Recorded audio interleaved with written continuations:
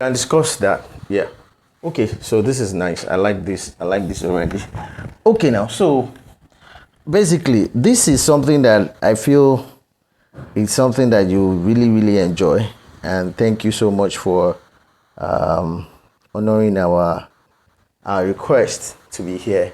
Yeah, I mean, it's always a pleasure to be around uh, the Real Shift family. All right, so the real shift is actually one of the ways that we try to give back to our society, and in order to give value. You Yeah. understand? So the first question is, if aside from the camera, aside from me being your friend, who is Rasheed? Yeah, I think Rasheed Ogunbakinde at the core is someone very entrepreneurial, right? There's no amount of employment you give me, even if you are giving me, even if you are giving me hundreds of thousands of dollars, you know, annually in salary or something even more than that.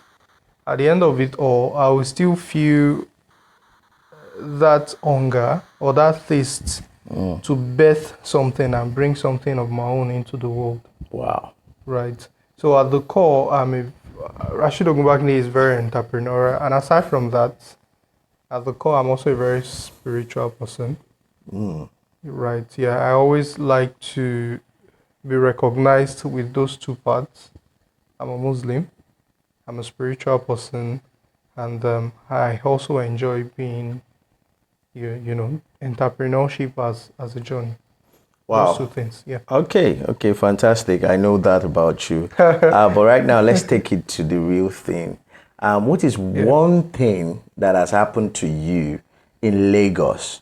You Oh yeah. understand that has made you cry, that has made you laugh, and that you have actually learned something that has been part of something that has shaped you to be who you are today. What's that one thing that made you laugh, cry, and you also learned something to be who you are? And it's also made you pray. Yeah. To be honest, I don't think in the lifetime of anybody you have a lot of experiences like that will combine those three things that you mentioned, like making you laugh, making you cry at the same time, and also experiences that make you pray. I think Yeah, there's a fourth one you mentioned. yeah, made you pray. Pray, okay. I think in my own sense, what happened to me Yeah, generally is when I gave birth to my first son.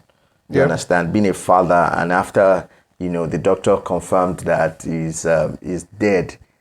There's a terminology that they use in their whatever, medical in line. their medical line, that they can't feel the pulse, and I was like, no, this child is alive, and I will prove it to you. Do you get what I'm trying to Oh say? yeah, So well, at the end of the day, we had to wait. They did the scan, and my baby was alive, was very okay.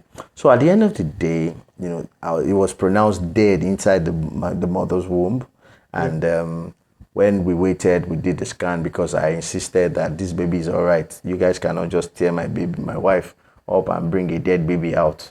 So because it was something I saw my baby in the You morning. definitely would have prayed in that Yeah. moment. So And no, at that time it you'll be wasn't about prayer. overjoyed. It wasn't about prayer. Do you Yeah, understand? Because at that time it was just about the level of assurance because it's something I saw. It's yeah. something I was part of, from the inception till that EDD date. And you're telling me my baby is dead. I mean, those moments where you maybe talk to your baby from the womb, Yes, now that I and even give them their name. and you Oluwadara feel, me that every of my child has yeah, their name from the womb. You understand what I'm saying? So when I yeah, come back from anywhere I travel to, because most times I'm always traveling because of my work, yeah, I call them by their name and they respond to me. from the So womb, from the womb, while they were still inside the tummy, yeah. they kick, especially Darasimi and Michelle. Do you get what I'm trying to say? So at the end of the day, you're telling me such baby is dead.